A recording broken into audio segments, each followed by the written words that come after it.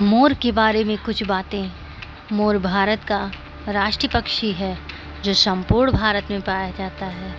मोर के सिर पर जन्म से ही कलिंग होती है, जिसके कारण उसे पक्षियों का राजा भी कहा जाता है। मोर लगभग 20 से 25 साल तक जीवित रहता है। मोर तैर नहीं सकता। इसका कारण है उसके पैर हैं। मोर भारतीय सभ्यता और संस्कृति से जुड़ा हुआ है। मोर मुख्य रूप से पौधों और छोटे जानवरों को खाकर पनपते हैं और देश के सबसे बड़े पक्षियों में से एक हैं। आप पूरे देश में मोर पा सकते हैं। उन्हें भोजन के लिए जमीन पर और जंगलों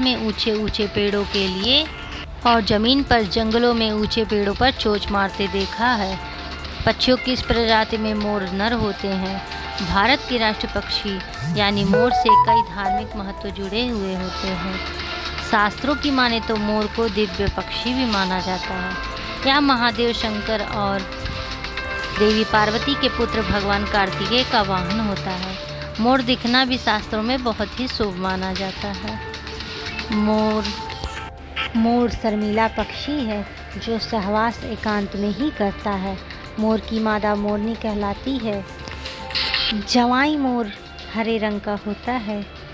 बरसात में पंख फैलाकर नाचता है तो ऐसा लगता है कि मानो उसने हीरो से जड़ी शाही पोशाक पहनी हुई हो।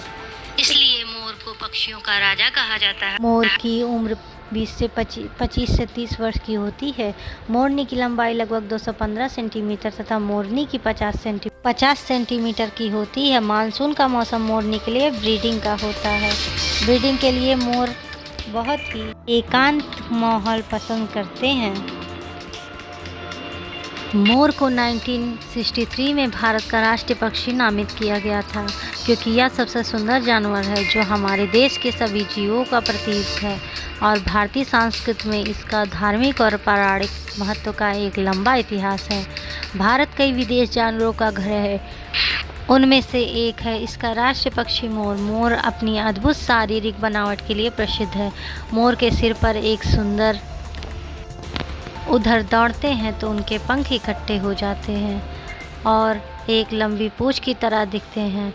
हालांकि मादा की उपस्थिति में मोर अपने पंखों को फैलाकर सुंदर आँखों जैसे पैटर्न को प्रकट करते हैं।